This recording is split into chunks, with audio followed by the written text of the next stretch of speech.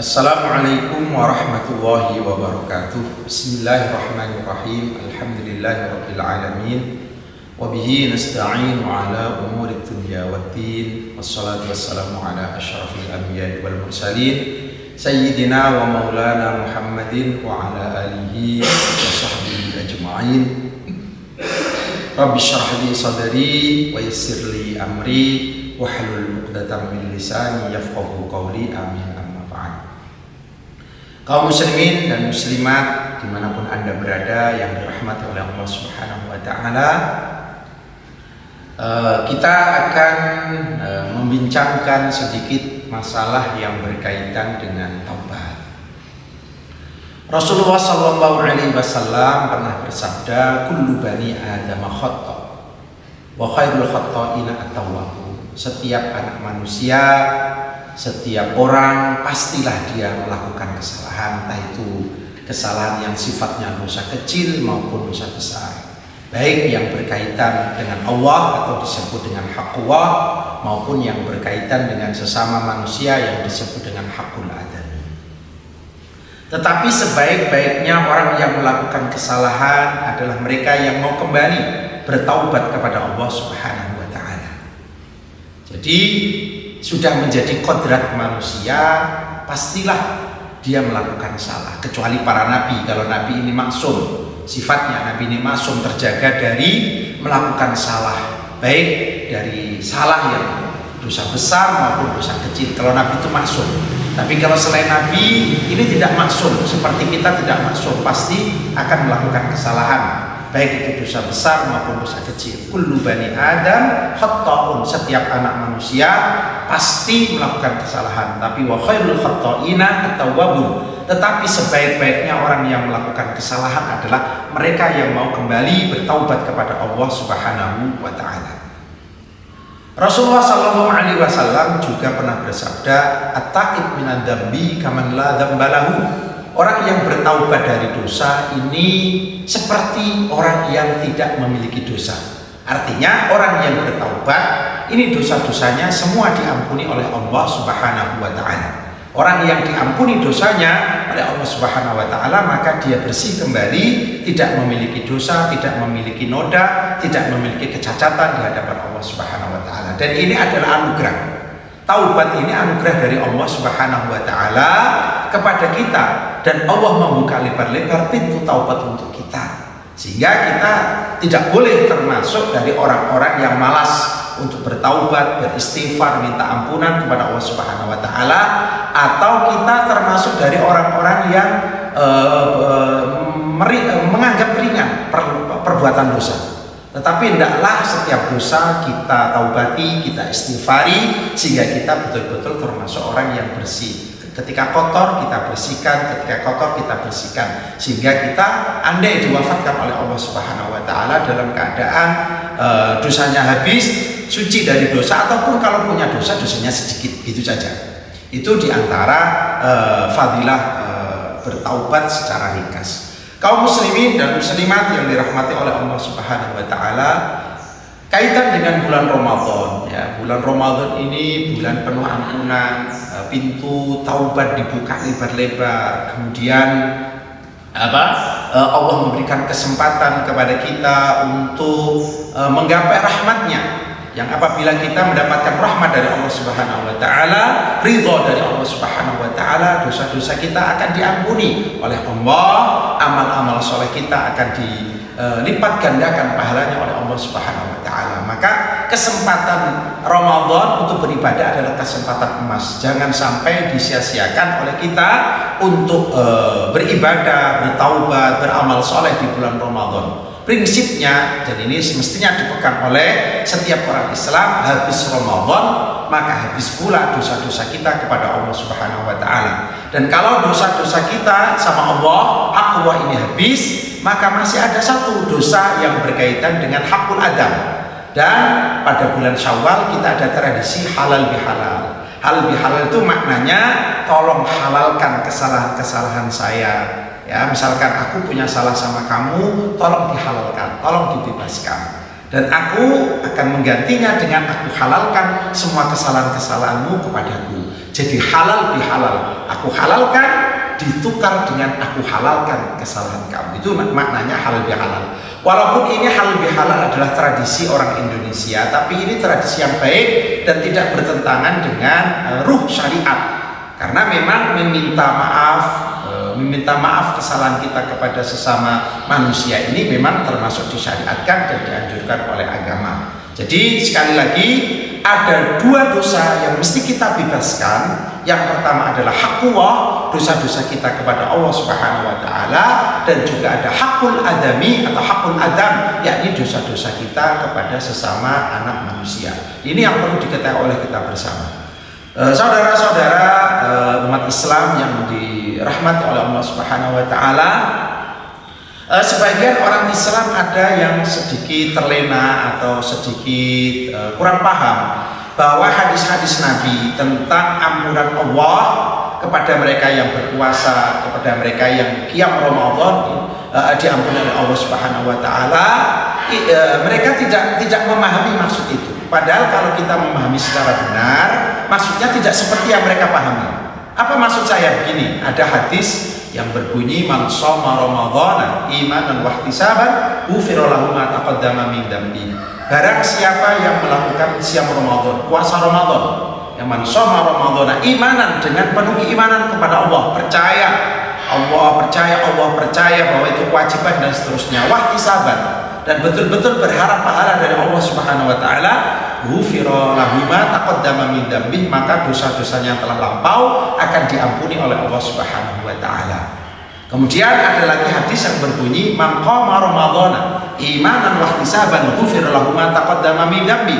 Barang siapa yang melakukan qiyam Ramadan, melaksanakan tarawih dan penuh dengan keimanan dan berharap pahala dari Allah Subhanahu wa taala, ghufira lahu ma taqaddama min dhanbi, maka dosa-dosanya yang telah lampau akan diampuni oleh Allah Subhanahu wa taala. Nah, ini banyak orang yang tidak paham. Ulama-ulama kita mengatakan bahwa hadis ini maksudnya dosa-dosa kita yang kecil ini akan diampuni oleh Allah Subhanahu wa taala. Karena dosa besar ini tidak bisa dihapuskan, tidak bisa dilebur dengan amal soleh. Dosa-dosa besar mesti dilebur atau dihapuskan dengan taubatan yang nasuha. Taubatan yang nasuha itu yang bisa melebur dosa-dosa besar. Tetapi ingat, di bulan Ramadan ini pintu taubat dibuka lebar-lebar oleh Allah Subhanahu wa taala.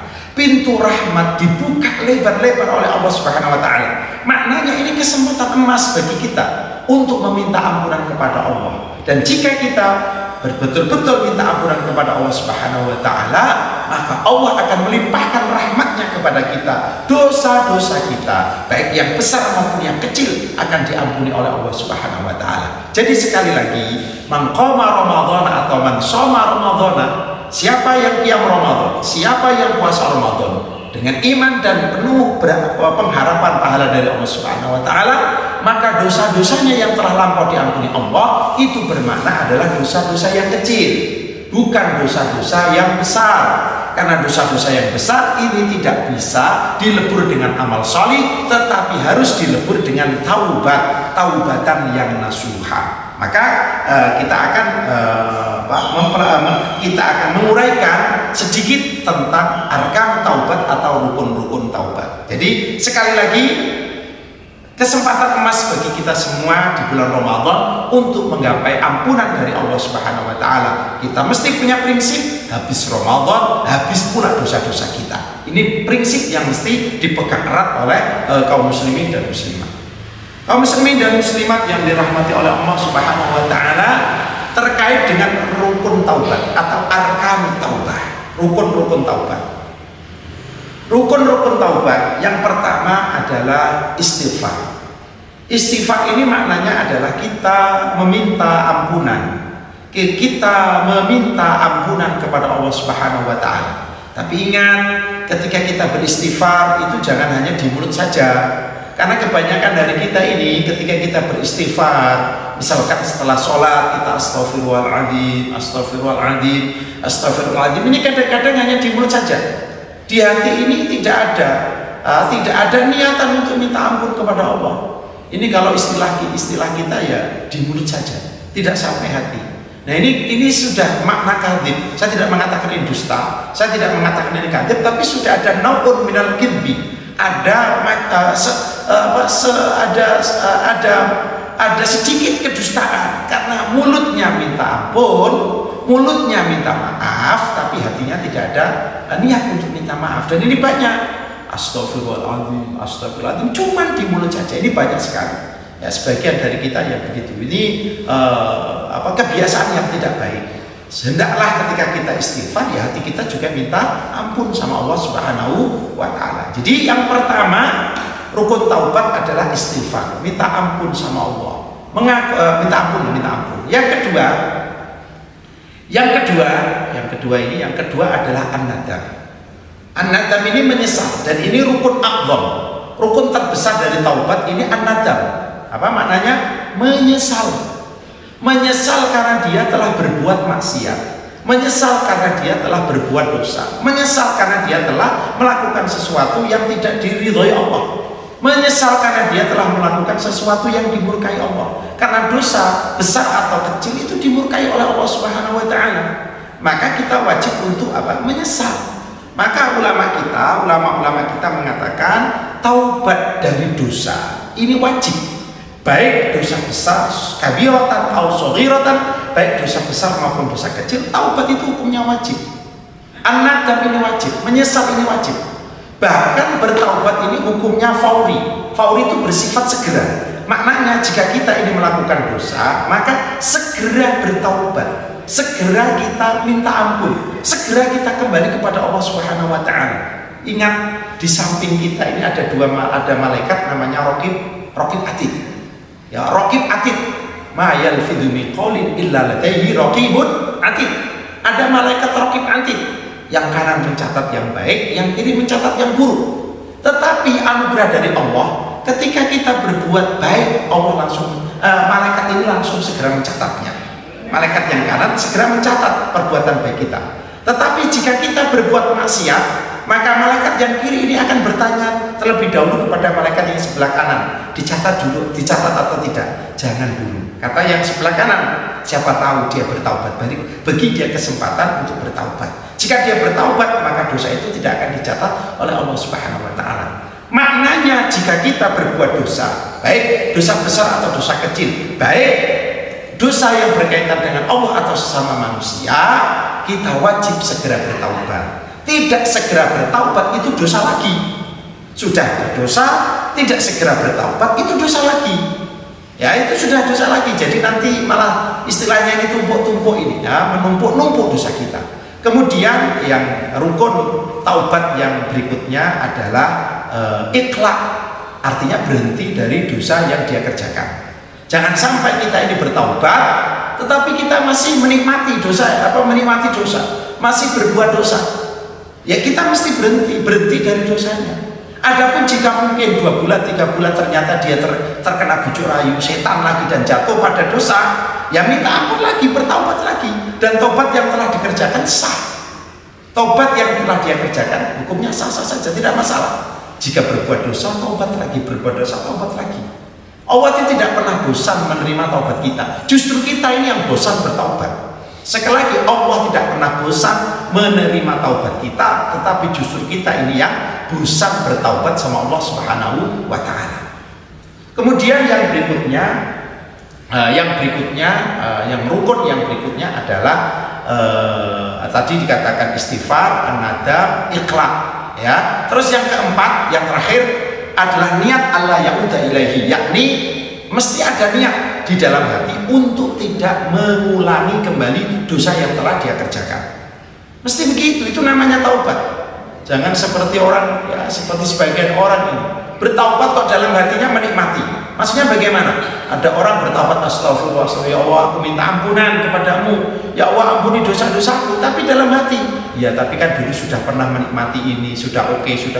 Dia tidak ada penyesalan sama sekali terhadap dosa yang pernah dia kerjakan. Nah ini namanya bukan taubat. Taubat kok masih menikmati maksiat-maksiat yang dulu pernah dikerjakan, tidak ada penyesalan sama sekali. Dan ini banyak yang seperti itu namanya bukan taubat. Adapun orang yang berhenti dari maksiat, misalkan ada orang atau berhenti dari minum minuman keras, berhenti dari berjudi, berhenti dari mencuri, berhenti dari berzina, tetapi dia berhentinya bukan karena Allah, bukan karena taubat, maka dia berhenti sudah bagus. Tetapi karena berhentinya bukan karena Allah, berhentinya bukan karena taubat, maka dosa-dosanya masih tetap utuh. Dia berhenti dari maksiat sudah baik, tetapi dosa-dosa dia masa lampau belum dihapuskan oleh Allah karena dia belum bertaubat. Ya, misalkan ada orang, Pak Dek, kenapa kok sekarang sudah tidak minum? Saya sudah tua, Dek, malu saya minum. Nah, itu namanya bukan taubat. Dia berhenti karena malu, bukan karena Allah Subhanahu wa Ta'ala. Jika dia berhenti karena malu, berhenti karena perutnya sakit, berhenti karena sudah tidak punya duit, itu namanya bukan taubat. Taubat itu berhenti, ikhlas, juga istighfar, menyesali perbuatan maksiat yang pernah dia kerjakan. Selain dia juga harus ada niatan untuk tidak mengulang kembali. Itu namanya taubat. Nah, saudara kaum muslimin dan muslimat yang dirahmati Allah, ini taubat yang berkaitan dengan haqqullah. Ini taubat yang berkaitan dengan haqqullah. Masih ada satu, yakni taubat yang berkaitan dengan haqqul ada, dosa-dosa sesama manusia. Nah, apabila kita punya dosa dengan sesama manusia, selain 4 rukun taubat ini dikerjakan, ya, selain 4 taubat rukun ini dikerjakan, masih ada satu yang harus dikerjakan oleh kita, yakni thalabul halal, mencari halal, ridho, ya, istibro, minta pembebasan terhadap orang yang pernah kita salah, ya, minta dihalalkan. Misalkan kita pernah menggunjing orang, ghibah pada orang, ngerasani. Kalau yang kita rasani, kita ghibah ini sudah tahu, maka kita minta maaf sama dia. Tapi kalau yang kita ghibah belum tahu, kita tidak perlu minta maaf kepada dia. Cukup kita istighfar kepada Allah Subhanahu wa Ta'ala, bertaubat kepada Allah Subhanahu wa Ta'ala tanpa minta maaf kepada pihak yang kita ghibah. Itu bedanya. Jadi kalau yang kita ghibah sudah tahu, kita mesti minta maaf. Tapi kalau yang kita ghibah tidak tahu, kita cukup minta maaf kepada Allah Subhanahu wa Ta'ala. Kalau misalkan ada orang taubat dari mencuri, taubat dari bukan mencuri, korupsi itu banyak orang. Misalkan dia taubat dari mencopet orang, misalkan, ya dia minta maaf. Kalau memang perlu mengembalikan, ya dikembalikan harta yang pernah dia curi, dan seterusnya. Itulah cara dia minta halal kepada pihak-pihak yang pernah kita salahi. Nah, caranya begitu, ya, minta dihalalkan, minta dimaafkan. Kecuali kalau misalkan nanti kalau dia minta maaf justru akan dia dibunuh, misalkan marah, misalkan, ya, kalau seperti itu cukup kita minta ampun sama Allah dan memintakan ampunan untuk pihak yang kita salahi. Kalau memang ada rasa takut apabila kita minta maaf kepada dia. Yang terakhir, dosa kepada Allah, ya, dosa kepada Allah, misalkan dosa karena meninggalkan sholat, dosa karena meninggalkan zakat, dosa karena meninggalkan puasa Ramadan, padahal itu semua kewajiban. Maka selain dia bertaubat kepada Allah Subhanahu wa Ta'ala, dia wajib mengqadha sholat yang pernah dia tinggalkan. Ini menurut pendapat atau kesepakatan mayoritas ulama. Apabila ada orang taubat dari meninggalkan sholat, maka selain dia bertaubat, maka dia wajib untuk mengqadha sholat yang sudah pernah dia tinggalkan. Ini pendapat mayoritas ulama. Atau misalkan dia pernah berdosa meninggalkan puasa Ramadan, maka dia wajib bertaubat dan mengqadha puasa Ramadan yang sudah pernah dia tinggalkan. Atau misalkan dia pernah tidak melakukan zakat, maka dia wajib bertaubat dan juga dia wajib mengeluarkan zakat sebagai qadha atas zakat yang pernah dia tinggalkan. Ini yang mesti kita ketahui bersama. Karena banyak dari kita, saudara-saudara kita yang sudah baik mau bertaubat kepada Allah Subhanahu wa Ta'ala, tetapi mereka tidak mau mengerjakan sholat atau puasa yang pernah dia tinggalkan. Padahal ini ijma, bahkan ulama mengatakan ijma ini, tapi yang sebenarnya bukan ijma lah. Memang mayoritas ulama mengatakan wajib qadha. Wajib qadha. Adapun pendapat yang mengatakan tidak wajib qadha ini hanya pendapat sebagian kecil ulama, bahkan ada yang mengatakan ini pendapat yang syadz, pendapat yang aneh, pendapat yang menyelisih mayoritas ulama Islam. Demikian saja yang bisa saya sampaikan. Semoga ada manfaat dan barokahnya. Wabillahi taufiq wal hidayah. Wassalamualaikum warahmatullahi wabarakatuh.